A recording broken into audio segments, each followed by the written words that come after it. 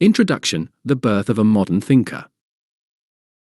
In the early years of the scientific revolution, amidst religious wars and intellectual upheaval, Rene Descartes offered a philosophical work that would shift how humanity approached knowledge, truth, and the nature of existence. Discourse on the Method was Descartes' attempt to create a system of thought grounded in certainty. Written not in dry academic style but as a personal journey, it narrates his intellectual development and presents a new method of reasoning. Descartes, often called the father of modern philosophy, invites the reader to join him in questioning long-held assumptions and building knowledge on solid foundations. The need for a new method. Descartes begins by discussing the inadequacy of the education he received. Though he had mastered many subjects, including philosophy, mathematics, logic, and theology, he found that these disciplines were filled with uncertainties, disputes, and contradictions. Despite his extensive schooling, he discovered that true wisdom and clear knowledge were still beyond his grasp. This realization did not lead him to despair but to a deeper conviction that in order to find truth, he must develop his own method, a method that would start from the simplest, most certain truths and build upward. He emphasizes that common sense is evenly distributed among people, but what differs is how people apply it.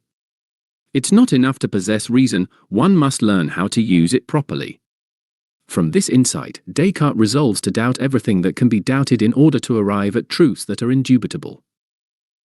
Withdrawing from the world to reflect. To undertake this intellectual journey, Descartes temporarily removes himself from the distractions of society. He travels and observes different cultures, recognizing that customs and beliefs vary wildly. What is considered true in one place is false in another. This realization deepens his skepticism and reinforces his desire to find truths that do not change with time, geography, or opinion. He retreats into solitude, not to abandon the world, but to analyze it more clearly. He likens himself to an architect who wishes to rebuild a house, noting that it is better to raise the structure and start from a firm foundation rather than build atop a crumbling one. The 4 Rules of Thought.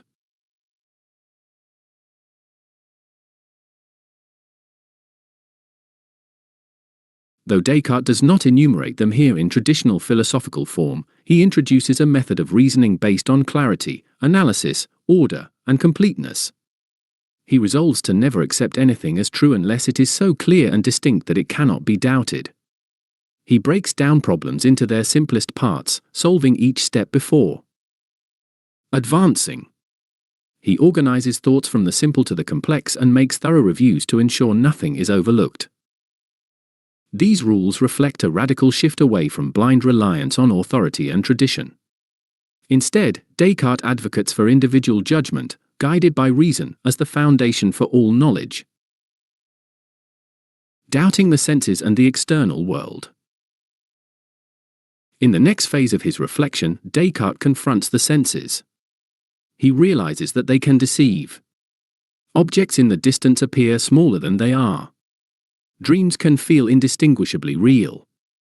Sometimes, even the most trusted perceptions turn out to be false. If he cannot fully trust the senses, can anything be known with certainty? From this doubt emerges a powerful and paradoxical insight: the only thing he cannot doubt is that he is doubting. And if he is doubting, he must exist. This leads to his most famous conclusion: I think, therefore I am. It is the foundational truth on which he will build all others. It is the first clear and distinct idea that resists all doubt. The existence of God and the nature of the soul. With the self established, Descartes then turns to the question of God. He argues that the idea of a perfect, infinite being could not have originated from his finite, imperfect mind. The very presence of the idea of God within him must come from a source greater than himself. Therefore, God must exist. For Descartes, this is not just theological speculation. The existence of God serves as a philosophical guarantee. A perfect being would not deceive. So, if God exists and is not a deceiver, Descartes can trust his reasoning when it is used properly. This trust extends to the possibility that the external world exists, as God would not implant in us a strong inclination to believe in the material world if it were a complete illusion. He also explores the nature of the soul.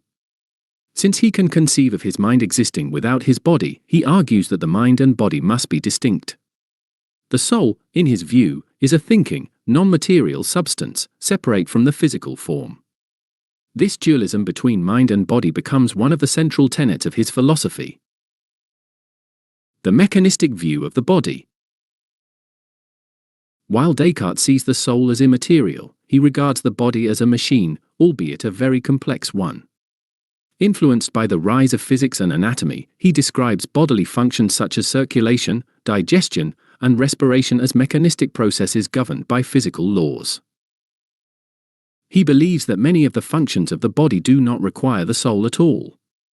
Animals, for example, lack rational souls but still exhibit signs of life and motion. Thus, much of what we call life operates like a well-designed automaton. This view paves the way for modern biology and medicine, even as it raises complex questions about the relationship between thought and physical matter. Morality and the provisional code of ethics. Despite his radical doubt, Descartes understands that life must go on even as one questions its foundations. While his philosophical method calls for withholding belief until certainty is achieved, he adopts a temporary code of ethics to guide his actions in the meantime.